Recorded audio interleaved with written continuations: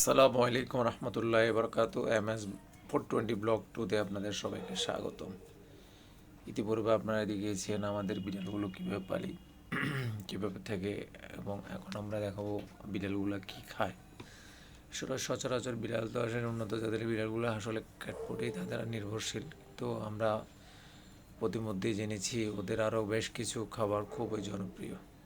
তন্মধ্যে এই মিষ্টি কুমড়া, সিদ্ধ আলু, মিষ্টি কুমড়া সিদ্ধ মাছের সাথে মিহি করে একসাথে যদি সিদ্ধ করে দেওয়া যায়, হাফ সিদ্ধ করে, তারা আসলে খুব প্রিয় খাবার।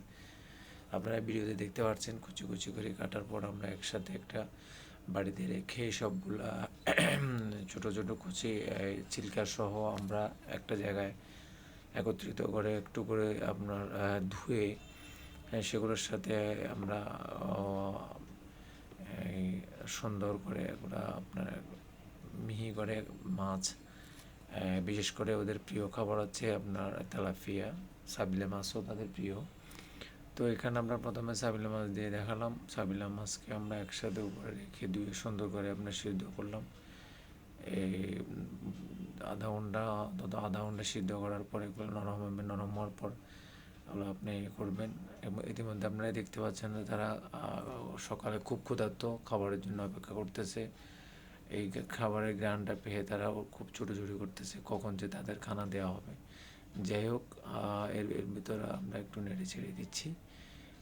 নেড়ে ছেড়ে দেওয়ার পর এটা আস্তে আস্তে নরম হচ্ছে। নরম হওয়ার পর আমরা এগুলোকে সুন্দর করে একবারে মিহি করে এক জায়গায় রাখবো।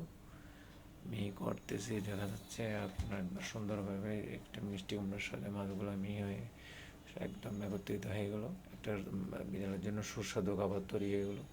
সেগুলো সুন্দর করে আমরা ঠান্ডা করে তাদের নির্দিষ্ট জায়গায় বাড়িতে আমরা ঢেলে দেব। বাড়িতে ঢেলে দেওয়ার পর তারা সেটাকে খুব আরাম করে খাবে। এটা হচ্ছে তাদের নির্দিষ্ট জায়গা বাড়ি। তারা অপেক্ষা করতেছে কখন আসবে তাদের সে প্রিয় খাবার। এসে গেলো, হ্যাঁ, এরপরে তারা খুব আরাম করে খাওয়া আরম্ভ করলো। এটা আসলে এই জাতীয় খাবারটি তাদের খুবই প্রিয়। আমার দেখা মতে তারা একটু পরিমাণ পর্যন্ত তারা বাড়িতে একটু পরিমাণ খানা রাখে না, তারা সবগুলো খানা ওরা সাবাট করে তারপরে বিশ্রামে চলে যায়।